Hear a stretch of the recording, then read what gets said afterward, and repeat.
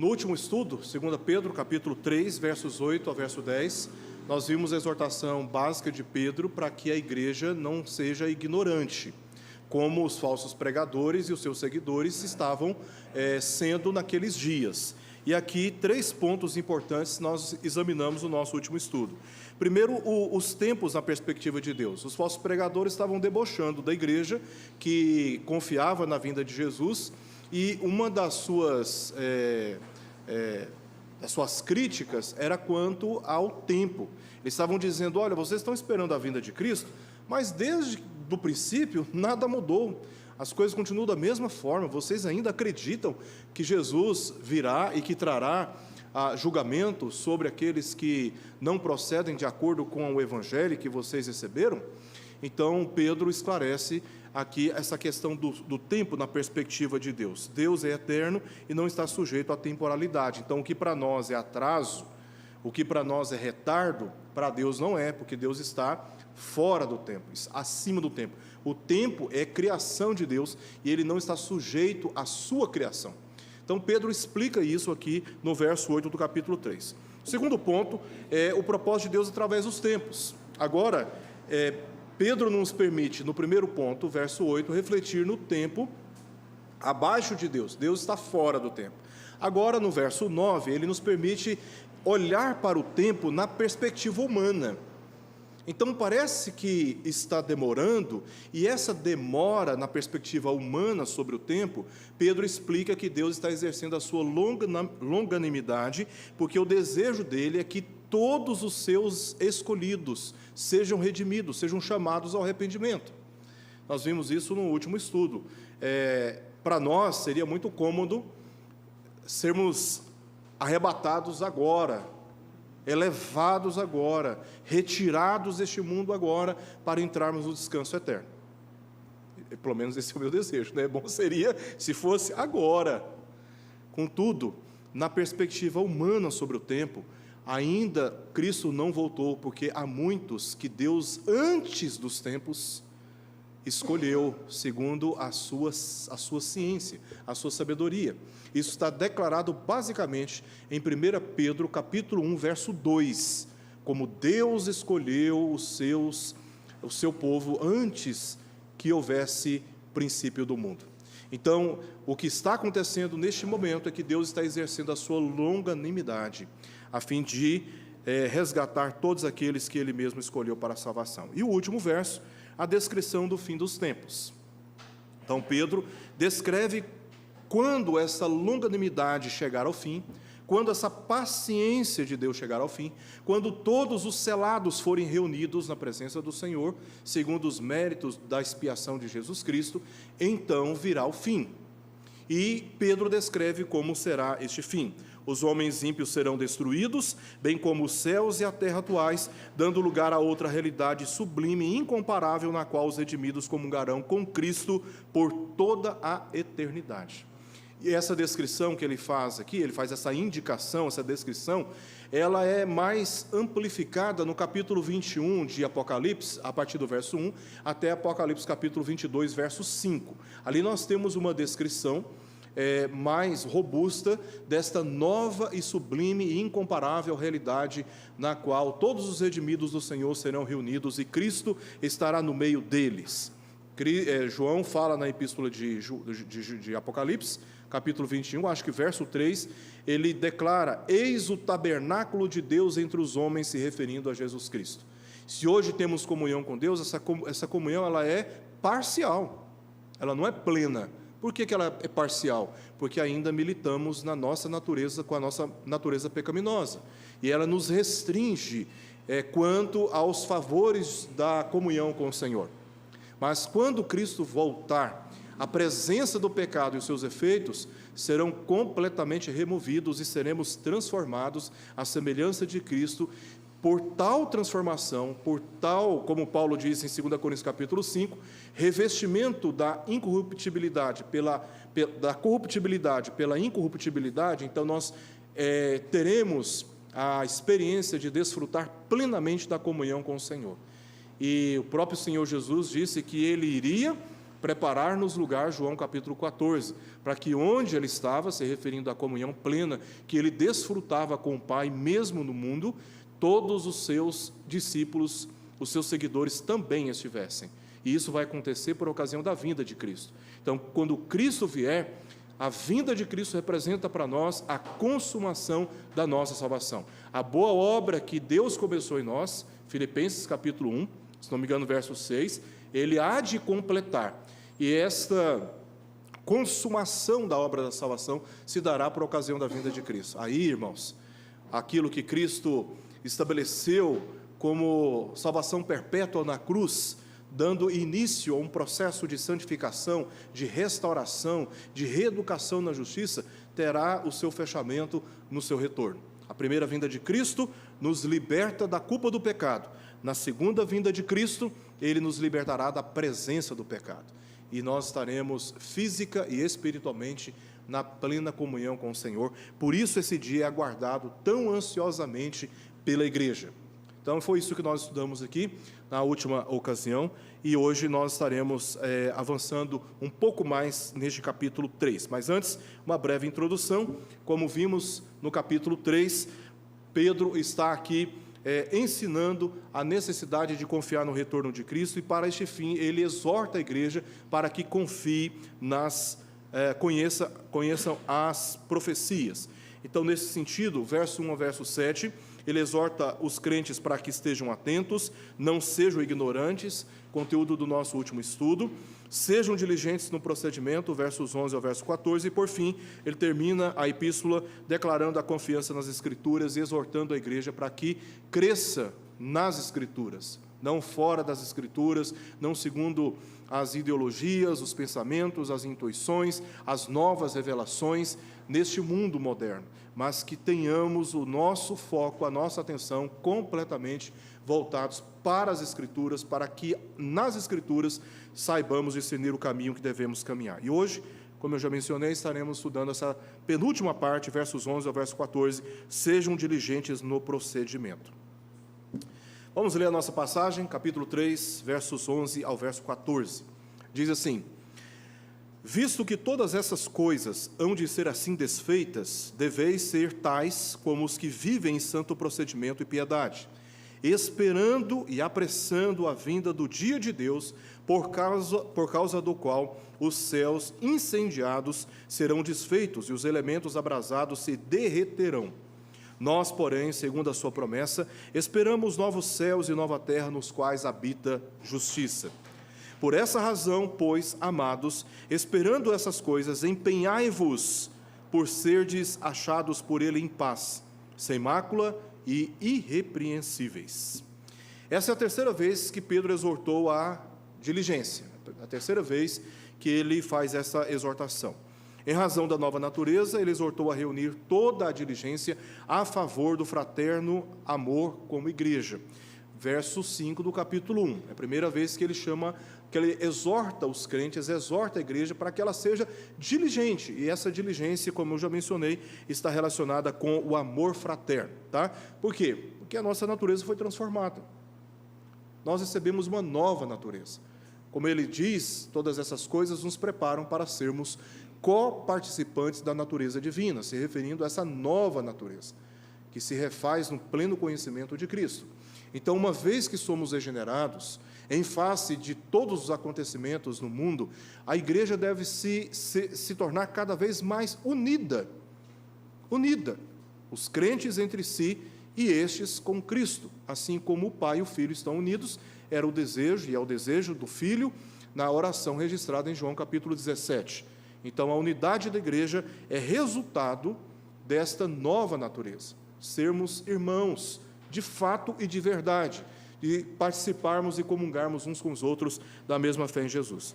Aí, no verso 15 do capítulo 1, ele volta novamente a fazer uma exortação à diligência. Agora, o contexto é diferente. Por causa da ignorância espiritual, ele exortou a procurar com maior diligência confirmar a vocação e eleição divina, assim como ele mesmo estava empenhado. Ele faz aqui uma exortação para que ele está refletindo sobre o comportamento dos falsos pregadores, que são cegos, que andam sem o discernimento dessas questões que ele está abordando desde a sua primeira epístola. Então, por causa disso, ele está dizendo para a igreja: vocês precisam ser diligentes, confirmando a vossa eleição e a vossa vocação. E ele dá um testemunho dele mesmo, sabendo, no verso 14, ele cita isso, que ele estava realmente nos últimos dias, mas no verso 15 ele diz que ele está usando todos os seus esforços para que mesmo depois que ele morresse, a igreja permanecesse recordada, lembrada de tudo aquilo que ele estava ensinando. Então, nós não podemos ser, nesse sentido, negligentes quanto à nossa eleição e à nossa vocação. Tá? Então, como que nós não somos negligentes? Quando nós procuramos, pelo conhecimento da palavra de Deus, andar em conformidade com ela e assim nos empenhando de honrar aquilo que Deus fez a nosso favor graciosamente. Em último lugar, agora, por causa do julgamento final, que ele trata no capítulo 3, cenário de destruição dos céus, da terra, incendiados, como ele cita aqui mais adiante, no verso 12, por causa deste cenário todo de julgamento final que se aproxima, ele exortou a corrigir o procedimento e piedade, capítulo 3, verso 11, empenhando-se neste propósito, verso 14. A palavra empenhar aqui é espoldaço, em grego, a mesma palavra que ele cita no verso 5 do capítulo 1, verso 10 e verso 15 do mesmo capítulo. Tá? Então, é a terceira vez, portanto, que ele exorta a igreja a ser diligente em relação àquilo que tinha sido entregue do ponto de vista do Evangelho. Então, nestes últimos dias, os crentes devem ser vigilantes e cada vez mais comprometidos em suas condutas de fé e de relacionamento segundo o Evangelho recebido pelos apóstolos bíblicos. A esperança e a paz da igreja não estão no mundo, assim como os falsos pregadores pensavam e ensinavam. E assim, da mesma forma, os falsos pregadores nos nossos dias. Eles têm a sua atenção na terra, daí porque eles traduzem ou dão significado maior à vida cristã pela prosperidade. Porque quanto mais você se garante no mundo, quanto mais você se garante na terra, mais evidência de que você é crente e está em comunhão com Deus você tem. Só que os falsos pregadores, especialmente estes da prosperidade, se esquecem ou ignoram o testemunho de Cristo, dos antigos profetas, que Jesus menciona inclusive no capítulo 5 de Mateus, de como foram perseguidos. E até mesmo os apóstolos. Pedro, por exemplo, nós já vimos aqui, eu trouxe uma informação histórica de que ele teria morrido de cabeça para baixo, crucificado. Tiago foi o primeiro mártir e João foi o último mártir dos apóstolos de Cristo. João sofreu a pena de ficar com problemas de visão, problemas graves de visão, restrito à ilha de Patmos durante muitos anos, junto com as minas de carvão, e depois ele volta para Éfeso já muito debilitado, onde possivelmente ele perdeu a sua vida, ele teve os seus dias encerrados. Então, os apóstolos de Cristo, eles passaram por muitas lutas, muitas injustiças, muitas perseguições, assim também todos aqueles que professaram a fé em Jesus Cristo naqueles dias de perseguição debaixo do poder de Roma. Tá? Então, que evangelho de prosperidade? O evangelho da prosperidade é um falso evangelho, é um engano, é uma mentira, é uma doutrina de demônios, que ensina a igreja a se agarrar a esperanças que o mundo traz, quando o verdadeiro evangelho nos transporta ou nos faz transcender a vida terrena e enxergar a alegria que nos está proposta na eternidade, na presença do Senhor, assim como Jesus na cruz, segundo Hebreus capítulo 12, pendurado no madeiro, estava contemplando a alegria que lhe estava proposta. Ele estava ensanguentado, sofrendo todas as humilhações dos homens, com seu corpo ferido, e ali ele estava contemplando a alegria no dia de amanhã, após a crucificação, após o sofrimento da vida terrena. Tá? Então, os falsos pregadores estavam pregando esta esperança na terra, no mundo, quando nós temos que olhar além deste mundo, porque este mundo e tudo que nele há, 1 João fala sobre isso no capítulo 2, o apóstolo fala sobre essas questões. O mundo, bem como todas as suas paixões, todas as suas concupiscências passarão. Então, se você coloca a sua esperança nesta vida terrena, como diz o apóstolo Paulo, em 1 Coríntios capítulo 15, nos tornamos os mais infelizes de todos os homens. E Pedro está fazendo a igreja recordar dessas verdades sublimes, de que a paz e a esperança da igreja não se encontram no mundo, mas os novos céus e nova terra, e por isso devem ser esperados. Nós devemos aguardar a vinda do Senhor Jesus Cristo, esperar por esse dia da sua gloriosa manifestação, porque esse dia é o dia em que nós não teremos mais motivos para, como ele diz lá em Apocalipse capítulo 21, motivos para chorarmos, para passarmos por luto, motivos para termos que enfrentar a morte. Todas essas coisas, ou seja, o pecado e seus efeitos passarão, e nós estaremos na presença do Senhor. Irmãos, a vida terrena, ela não é uma vida fácil. Deus disse para Adão, lá em Gênesis capítulo 3, que seria no suor do seu rosto que ele obteria da terra o seu sustento, entre cardos e abrolhos. Aquilo é apenas um pré-anúncio de que a vida na terra, a vida sobre a terra, será uma vida demasiadamente afadigada. Salomão fala isso em Eclesiastes capítulo 2 e no capítulo 3, a vida como um ciclo interminável de experiências que parecem não ter fim.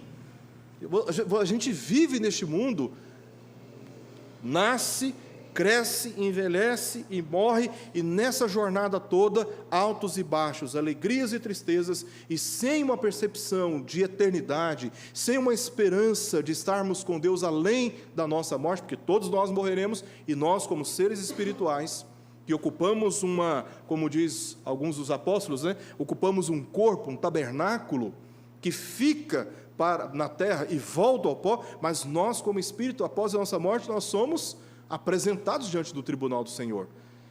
Então, todos nós haveremos de enfrentar a morte, e sem uma percepção, uma esperança além da morte, uma bendita esperança, né? Eu espero que os irmãos me entendam, bendita esperança, porque todo homem, depois que nasce, se torna um ser eterno, tá? Após a morte, após essa limitação de existência física, terrena, uns vão para o gozo do Senhor e outros são reservados para castigo, como Pedro diz aqui em 2 Pedro capítulo 2, verso 9. Então, todos nós, crentes em Cristo, precisamos cultivar, alimentar e fortalecer essa esperança dos novos céus e da nova terra, nos quais habita a justiça, porque esse é o dia do nosso descanso. Nós vamos deixar de viver nessa terra que só acumula fadiga sobre nós, Só fadiga sobre nós. Na sociedade atual, há injustiças das mais variadas, públicas e secretas. E aí, esse texto está intimamente relacionado com a primeira epístola. E lá na primeira epístola, Pedro explora enfaticamente o contexto de sofrimento pelo qual a igreja estava atravessando. Então, aqui, Pedro está trazendo ou recordando a igreja da esperança que ela deve alimentar, tá? Ela deve alimentar essa esperança, ela não está isenta de sofrimentos. O crente está sujeito a enfermidades, a perseguições e a injustiças.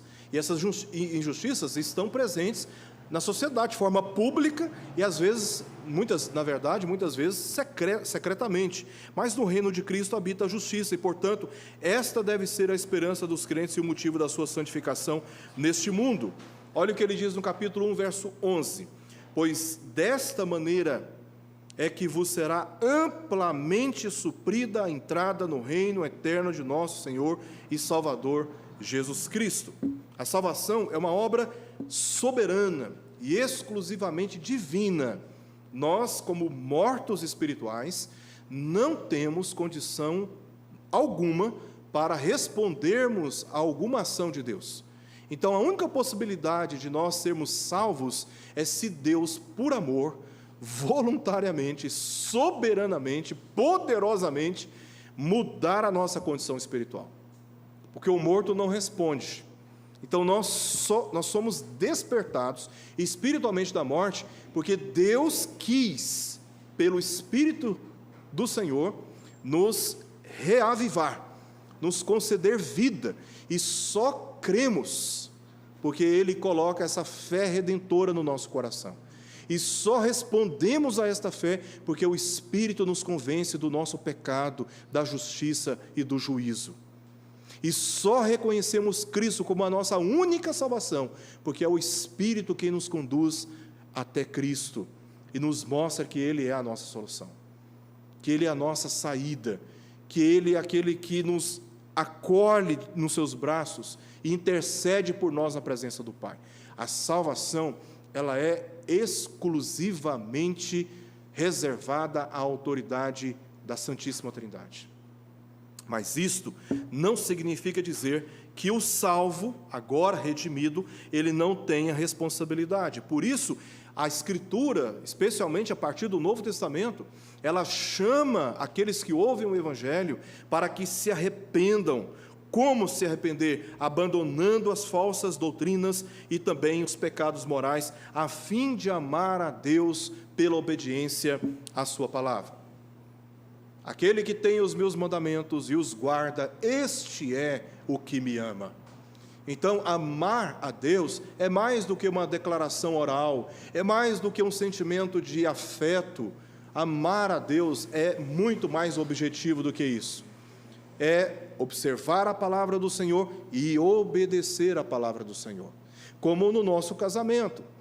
Eu não amo a minha esposa apenas dizendo que a amo. Eu amo minha esposa cuidando dela, que é a maior evidência de amor. Assim como Cristo foi o objeto do amor de Deus por nós, ao entregá-lo na cruz para morrer em nosso lugar. E diz o testemunho da Escritura que Deus prova o seu amor por nós pelo fato de Cristo ter morrido em nosso lugar.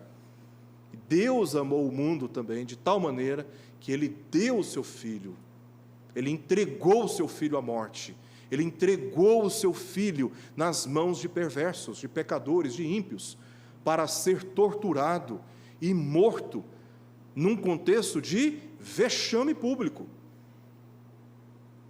E Ele deu ali prova do seu amor por nós. Então, nós amamos a Deus pela obediência à palavra do Senhor. Tá? Então, se nós só obedecemos a Deus se nós o amarmos. Vamos para o nosso texto? Sejam diligentes no procedimento, versos 11 ao verso 14. Irmãos, analisando o texto hoje, nós notamos nessa passagem um estilo literário característico do quiasmo. Tá?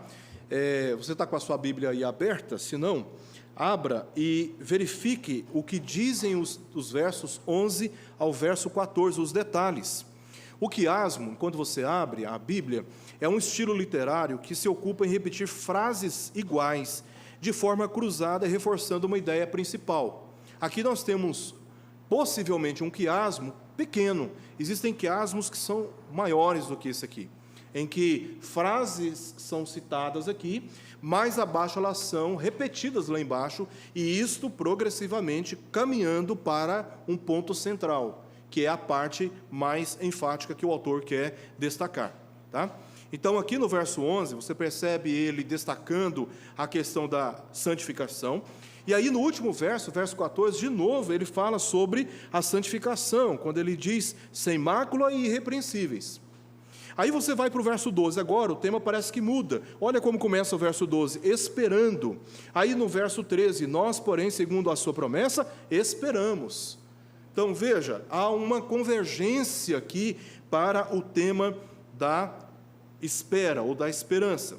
Mas também percebemos um outro estilo literário aqui, chamado de paralelismo sintético. São basicamente 5 estilos literários de paralelismo que nós encontramos na literatura poética, semítica e poética. Tá? Aqui nós identificamos provável um paralelismo sintético, ou seja, a segunda linha melhora ou completa a primeira. Nesse caso, notamos 2 temas predominantes destes 4 versos. O exercício da fé, que é a santificação, é responsabilidade moral do salvo, exercitar a sua fé buscando a sua santificação. Tá? Então, esta é uma responsabilidade nossa. Pedro diz no verso 11, visto que todas essas coisas hão de ser assim desfeitas, deveis, Se vocês consideram que o fim está próximo, que um julgamento se aproxima, vocês devem, por causa disto, buscar a vossa santificação, vivendo em santo procedimento e piedade. E aí ele repete isso no verso 14: por essa razão, pois, amados, esperando essas coisas, empenhai-vos por ser achados, aqui está na voz passiva, por ele em paz, sem mácula e irrepreensíveis. Então, existe uma responsabilidade moral para a qual a igreja é chamada, e isso é um exercício de fé. Eu creio que Jesus voltará, eu creio que o julgamento se aproxima, então, porque eu creio, eu vivo em santo procedimento e piedade. Perceba que é um exercício de fé, a santificação, e também esperança, porque ele está também destacando aqui a esperança, essa espera. Eu espero por isso, e enquanto eu espero por isso, eu me empenho no exercício da minha fé a favor da minha santificação. Veja só, verso 11 e o verso 14 enfatizam a santificação. Ele, no verso 11, fala sobre santo procedimento, no verso 14, sem mácula e irrepreensíveis. Aí, o verso 12 e o verso 13, ele enfatiza a espera. Ele cita o verbo 3 vezes na passagem, mas aqui nós identificamos 12 e 13 também esse verbo espera. Esperando e apressando a vinda do dia de Deus, verso 12, e no verso 13 ele diz: esperamos novos céus e nova terra. Então, neste paralelismo sintético em que uma frase está melhorando ou enfatizando a segunda, nós identificamos esses dois temas da santificação e da espera. Tá? Então, sejam diligentes quanto à sua santificação e sejam também diligentes quanto à sua esperança, essa realidade que vocês estão esperando. Nós vamos ver exatamente esses dois pontos, porque eles são determinantes na passagem. Pedro considerou que a destruição dos homens ímpios e a consumação dos atuais céus e terra como uma forte motivação para viver vida santa.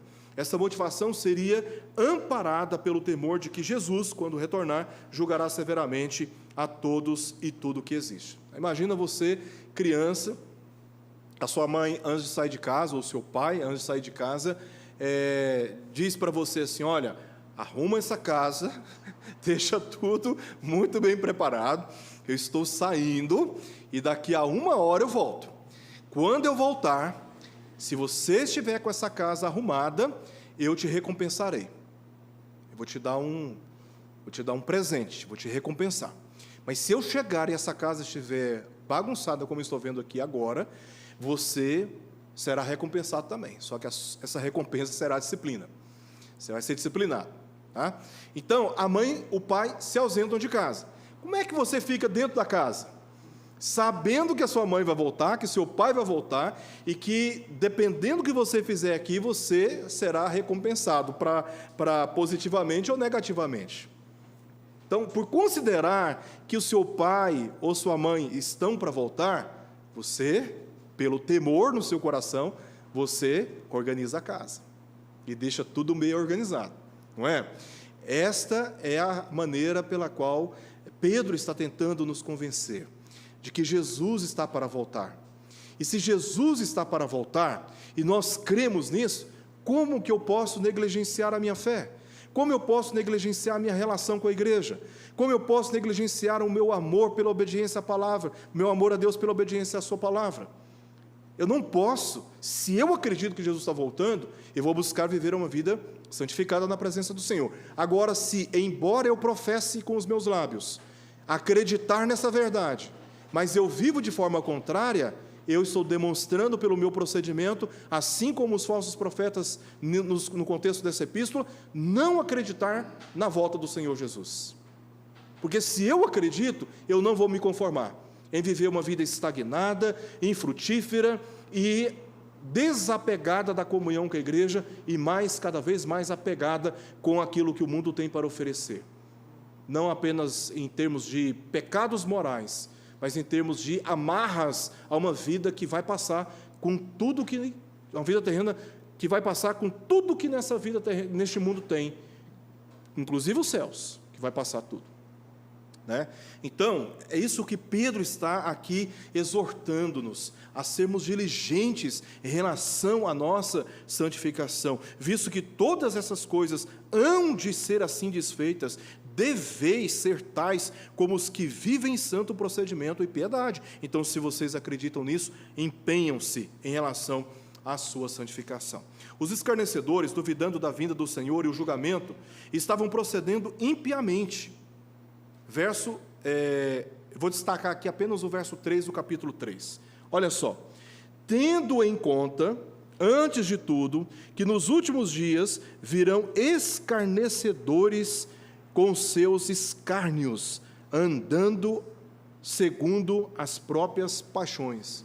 Como eles estavam ignorando a vinda do Senhor, e escarnecendo inclusive da vinda do Senhor, eles estavam andando segundo as suas paixões. Em contraste a estes que não acreditam de verdade no retorno de Jesus, e por isso não têm temor em relação a esse dia que se aproxima, os crentes em Cristo, confiantes na palavra profética, que Pedro destaca nos versos 1 e 2 do capítulo 3, devem viver em santo procedimento e piedade. Duas passagens que eu quero destacar aqui do apóstolo Paulo. Primeiro, Tito 2, versos 12 a 14. A palavra de Paulo aqui está muito intimamente relacionada com o que Pedro está destacando na sua epístola. Ele diz assim: processo de santificação, educando-nos para que, renegadas a impiedade e as paixões mundanas, vivamos no presente século sensata, justa e piedosamente. E aí ele vem apresentando a razão, que é a esperança, aguardando a bendita esperança e a manifestação da glória do nosso grande Deus e Salvador, Cristo Jesus, o qual a si mesmo se deu por nós, a fim de remir-nos de toda iniquidade e purificar para si mesmo um povo exclusivamente seu, zeloso de boas obras, um povo que pelo seu procedimento, pelas suas obras, revela, prova, testifica, ratifica essa obra da remissão dos pecados que Cristo conquistou na cruz a favor do seu povo, tá? Outra passagem, 1 João, capítulo 3, versos 2 ao verso 3, o apóstolo João diz: sabemos que, quando Ele se manifestar, se revelando à volta de Jesus, seremos semelhantes a Ele, haverá uma transformação. O apóstolo Paulo, no capítulo 5 de 1 Tessalonicenses, ele responde aos crentes que estavam angustiados, porque muitos já tinham dormido, né, já tinham morrido, e eram crentes em Cristo. E aí, eles estavam angustiados por uma razão, para nós hoje, talvez infantil, né? Eles eram novos convertidos, Paulo teve pouco tempo com eles, com os Tessalonicenses, e então Paulo, a dúvida deles é: se Cristo voltar, e os que morreram, o que vai acontecer com eles? Eles não estarão aqui para receber Jesus? Eles vão se perder? Né? Os crentes que tinham morrido? Então Paulo responde que de modo algum eles perderão, né, a graça, porque o que vai acontecer é que eles já desfrutam dessa paz na presença do Senhor, e Cristo voltando, os que estiverem na terra, eles serão transformados e reunidos nos céus, juntamente com aqueles que já partiram. Então, a salvação, ela esse dia da vinda de Cristo é o dia da consumação da nossa salvação. É por isso que João está dizendo: sabemos que quando Ele se manifestar, seremos semelhantes a Ele, porque haveremos de vê-lo como Ele é, e a si mesmo se purifica. Olha só, todo o que nele tem esta esperança, assim como Ele é puro. Se nós temos essa esperança, nós buscaremos viver uma vida pura, né? Nós seremos diligentes em relação à nossa santificação. Mais uma vez, para mostrar que o procedimento de uma pessoa está relacionado verdadeiramente à esperança da vinda do Senhor, Pedro inicia o verso 14 com a conjunção grega dio, que pode ser traduzida também como por isso, e relaciona essa conjunção com o verbo principal empenhar. Então, por causa disso, empenham-se. Tá? Então, porque vocês, por causa dessa verdade, desse julgamento iminente, desse dia iminente, empenham-se. Tá? Ele mesmo deu testemunho de que estava se esforçando diligentemente nesse sentido, de consagrar a sua vida à vida eterna, e não à vida terrena. Ele diz no capítulo 1, verso 15 a 18, ele diz assim: mas, de minha parte, esforçar-me-ei diligentemente por fazer que, a todo tempo, mesmo depois da minha partida, conserveis lembrança de tudo, porque não vos demos a conhecer o poder e a vinda de nosso Senhor Jesus Cristo, seguindo fábulas engenhosamente inventadas, mas nós mesmos fomos testemunhas oculares da sua majestade. Pois ele recebeu da parte de Deus, Pai, honra e glória, quando pela glória excelsa lhe foi enviada a seguinte voz: este é o meu Filho amado, em quem me comprazo. Ora, essa voz vinda do céu, nós a ouvimos quando estávamos com ele no Monte Santo. Ele viu a glória de Cristo, ele viu exatamente o que está por vir, e é por isso que ele está aqui, verso 15, se esforçando diligentemente, não apenas a favor da sua própria vida, mas a favor da igreja, e por amor à igreja, para que a igreja não se esqueça dessa verdade, não se esqueça dessa verdade. Capítulo 5, verso 1 ao verso 2, justificados, pois, de Romanos, tá? Capítulo 5, verso 1 a 2, justificados, pois, mediante a fé, temos paz com Deus, por meio de nosso Senhor Jesus Cristo, por intermédio de quem obtivemos igualmente acesso pela fé a esta graça na qual estamos firmes e gloriamo-nos na esperança da glória de Deus. Essa paz que ele menciona no verso 14, empenhai-vos ou diligenciando-vos por serdes achados por ele em paz. Essa paz é provada pelo empenho da fé, vivendo em santo procedimento e piedade.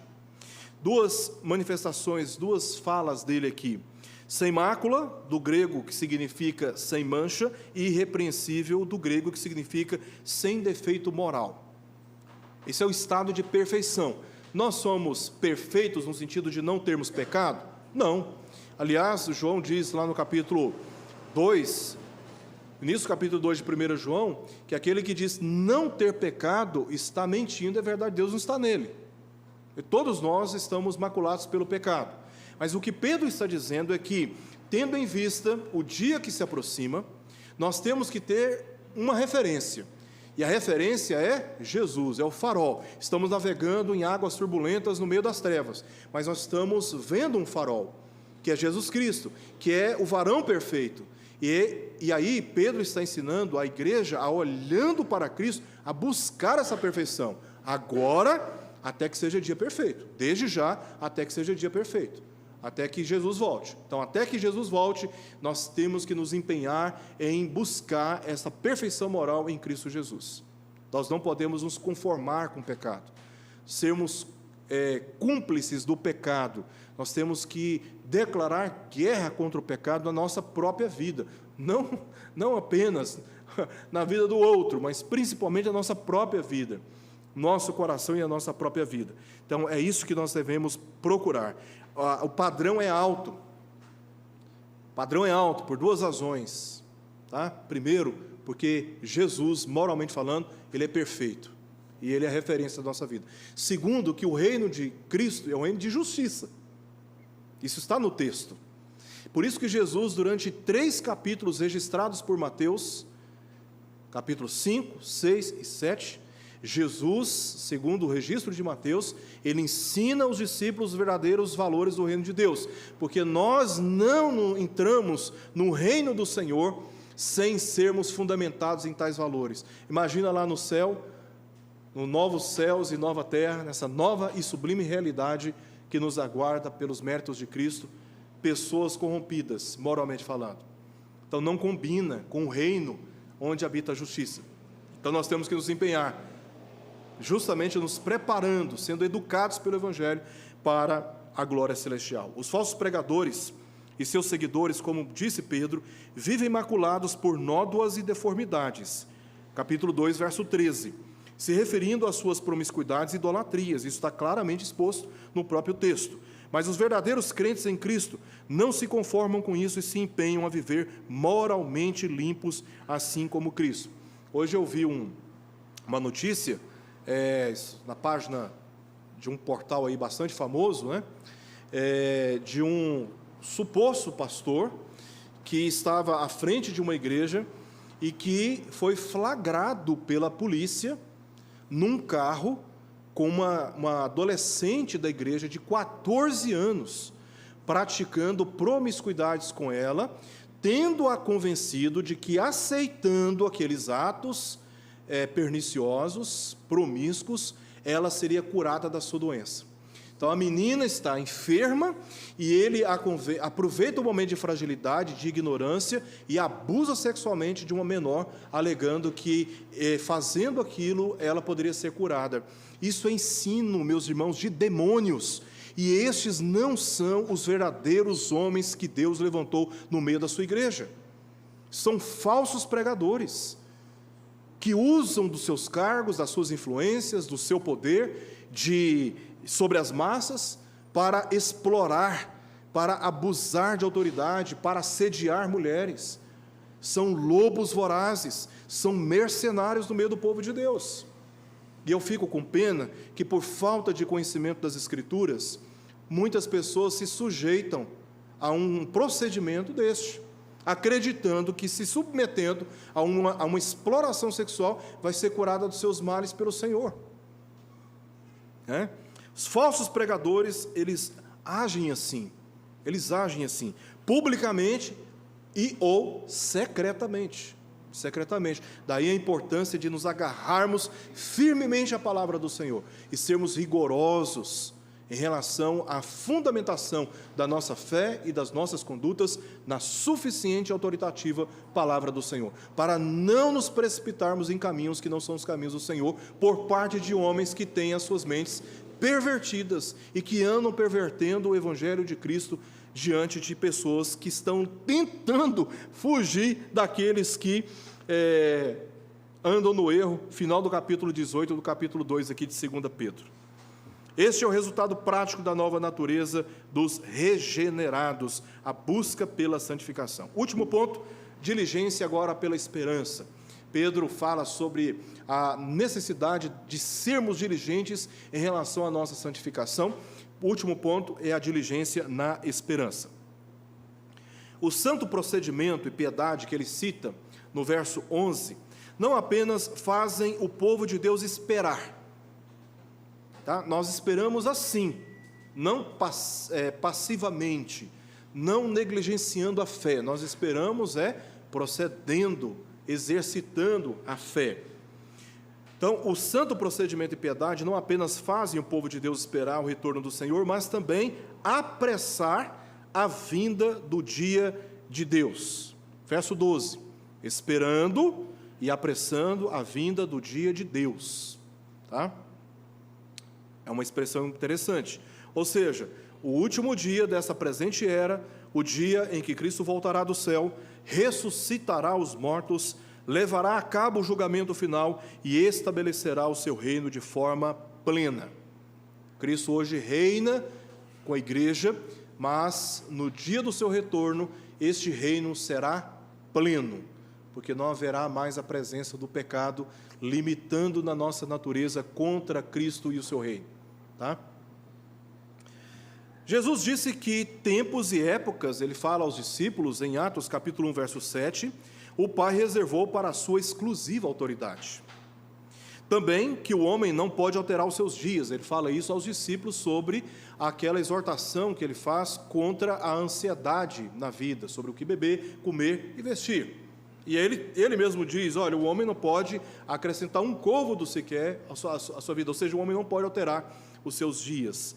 Então, como os crentes podem apressar esse dia, conforme lemos aqui na passagem? Uma pergunta que precisa ser respondida no texto.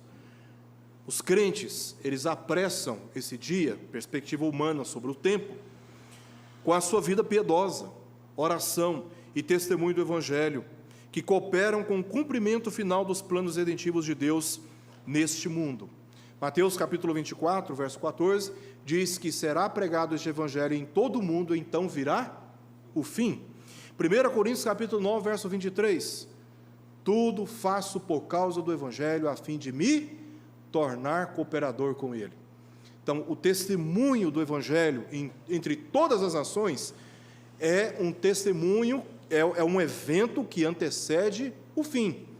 E o esforço da igreja de dar testemunho por sua vida piedosa, oração e pela pregação do Evangelho, na perspectiva do tempo, apressa esse dia, tá? Apressa esse dia. Capítulo 3, verso 9, de 2 Pedro, não retarda o Senhor a sua promessa, como alguns a julgam demorada, pelo contrário, Ele é longânimo para convosco, não querendo que nenhum pereça, senão que todos cheguem ao arrependimento. Deus deseja chamar todos os seus ao arrependimento. E como eles serão chamados ao arrependimento, meus irmãos? Romanos capítulo 10. Se nós calçarmos, como diz Paulo em Efésios capítulo 5, os calçados, as sandálias do Evangelho, e começarmos a pregar a palavra, porque pela palavra de Cristo a fé redentiva é comunicada, e os corações crendo, com seus lábios as pessoas professam a sua fé em Jesus Cristo. Tá? Então, o desejo de Deus é que este Evangelho seja pregado, e essa é a responsabilidade que nós temos como igreja. Pedro repetiu o julgamento final, verso 12, tá? No verso 12, para enfatizar que o dia do Senhor, capítulo 3, verso 10, se referindo ao julgamento, é o início do dia de Deus, se referindo ao descanso, verso 12, tá? Dia de descanso, Mateus 11, 28, vinde a mim todos que estáis cansados e sobrecarregados, e eu vos aliviarei, porque o meu jugo é suave e meu fardo é leve, e encontrareis descanso para a vossa alma. Aí no capítulo 12, verso 8, capítulo seguinte, Jesus fala que Ele é o Senhor do Shabá, do descanso, é Ele quem dá descanso, esse é o dia de Deus, esperamos pela vinda de Cristo, porque esse é o dia de Deus. Por essa razão, os crentes em Cristo não devem temer a sua vinda e os julgamentos que trará, mas esperar o dia de Deus segundo a promessa. Ou seja, o dia do Senhor, que é o dia de julgamento, é o dia de Deus como princípio da eternidade de Cristo com seus eleitos. A atual realidade natural na qual o homem vive, bem como os céus e a terra que são por ele explorados, dará lugar a uma nova realidade sublime e incomparável, que numa linguagem ilustrativa é descrita como novos céus e nova terra. É isso que os verdadeiros crentes, justificados da culpa do pecado em Cristo, esperam. Não a destruição. Nós que somos lavados pelo precioso sangue de Cristo, nós não esperamos julgamento. Sabe por quê? Porque o nosso julgamento, ele já foi cumprido no Filho de Deus. Ele recebeu o cálice da ira de Deus por causa dos nossos pecados. Esse julgamento já aconteceu. Nós já fomos julgados. Então o que nós esperamos é o dia de Deus, é o dia do descanso, é o dia da nossa completa salvação, é o dia de entrarmos definitivamente no gozo do Senhor. Nós não esperamos por esse julgamento terrível que virá contra os ímpios e contra a terra e contra os céus, maculados pelo pecado, tá? E juntamente com estes céus, terra, ou seja, a natureza, a criação, os homens ímpios que serão destruídos, conforme Pedro menciona no final do verso 7 do capítulo 3, tá? Estará nesse julgamento final também Satanás e todos os seus exércitos de anjos caídos. Todos serão definitivamente penalizados, tá? Você lembra que Jesus, quando atravessa o mar de Tiberíades, ou mar da Galileia, vai para a terra dos Gadarenos, e aí um jovem está possuído por demônios, e ele fala, vieste nos atormentar antes do tempo. Os demônios, eles têm consciência de que esse dia se aproxima, e esse dia será, nas palavras do próprio demônio, da própria legião, que estava naquele jovem, será um dia de tormento para eles. Eles já estão atormentados pela separação da comunhão com Deus, mas é apenas um prelúdio de tormentos ainda mais severos que estão por vir. que estão por vir. E eles têm consciência disso.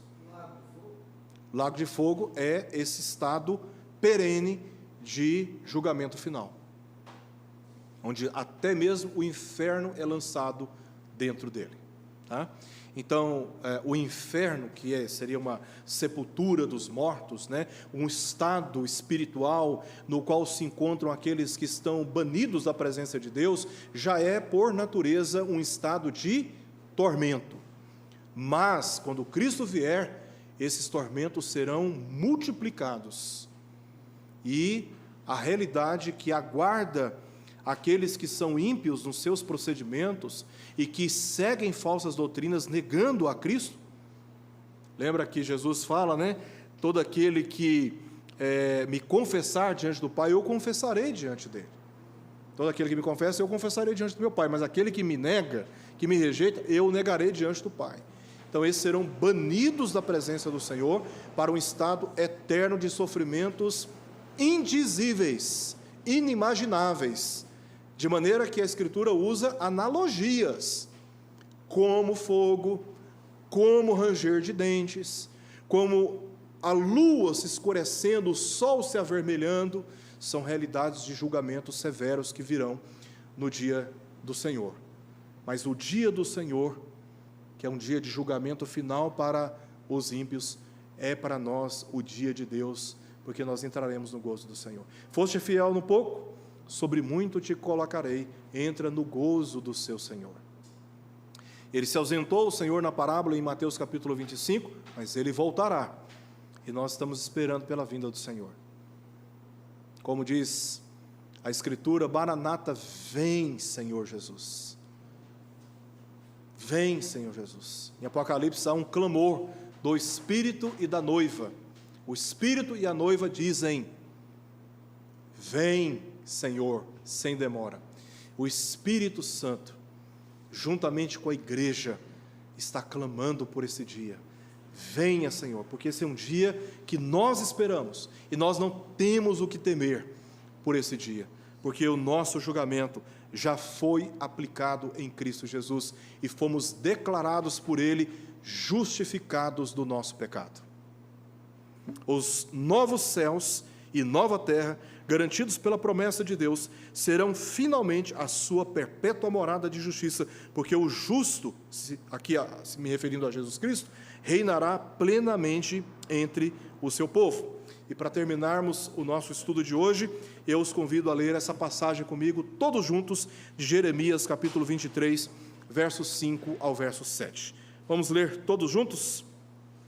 Eis que vem dias, diz o Senhor, em que levantarei a Davi um renovo justo, e rei que reinará e agirá sabiamente, e executará o juízo e a justiça na terra. Nos seus dias Judá será salvo, e Israel habitará seguro. Será este o seu nome, com que será chamado Senhor, justiça nossa.